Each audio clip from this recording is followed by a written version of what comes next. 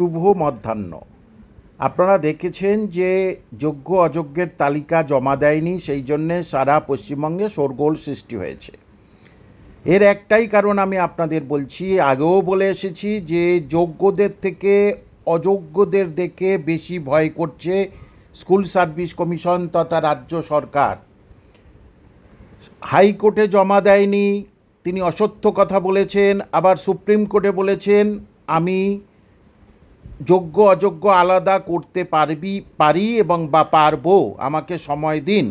সেই অনুযায়ী বিশ্বাস করে সুপ্রিম কোর্ট সময় দিলে, কিন্তু দেখা যাচ্ছে সেই অযোগ্যদের লিস্ট জমা দিলেন না।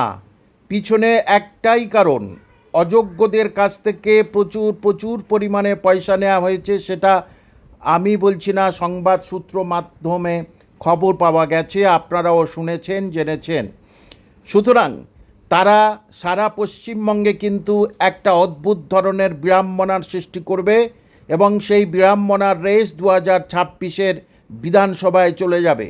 লোকসভায় কি হয়েছে সেটা রাজ্য সরকারের মাথা ব্যথা নেই, কিন্তু বিধানসভায় কিন্তু গোলযোগ সৃষ্টি হবে যে অযোগ্য, সেখানে প্রায় 8,324 জনের মতো লিস্ট জমা দেবার কথা ছিল স্কুল সার্ভিস কমিশনের, এবং স্কুল সার্ভিস কমিশন পরিষ্কার করে বলেছিলেন প্রথমে 6, তারপরে 8,324 জনের অযোগ্যর লিস্ট আছে।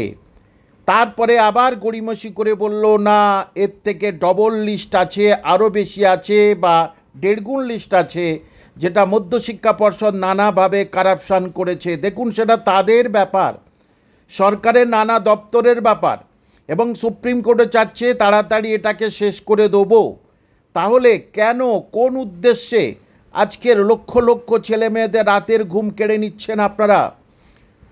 মাননীয় মুখ্যমন্ত্রী, আপনি তো এই রাজ্যের মুখ্যমন্ত্রী, তাহলে এই রাজ্যের হতাশগ্রস্ত উচ্চশিক্ষিত শিক্ষিতা এবং কম শিক্ষিত ছেলে মেয়েদের কেন আপনি ন্যূনতম সুখটুকু শান্তিটুকু দিচ্ছেন না? কেন তাদের চাকরির পরীক্ষার বসার জন্য অনুমতি দিচ্ছেন না? খুব সহজেই সুপ্রিম কোর্টে আপনি এটা আপনার শিক্ষা দপ্তর এটা জমা দিতে পারে, এটাতে কঠিনের কিছু নেই।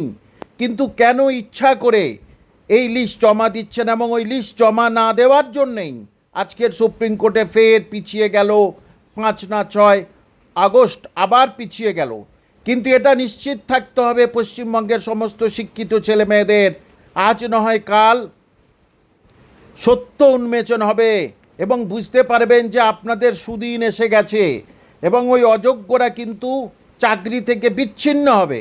কিন্তু এখন যা অবস্থা, অযোগ্যদের লিস্ট জমা না দেওয়ার পিছনে অন্যতম কারণ দেখা যাচ্ছে যে যোগ্যদের চাকরিও চলে যাক, অর্থাৎ পুরো প্যানেলটা ক্ষতিগ্রস্ত হোক।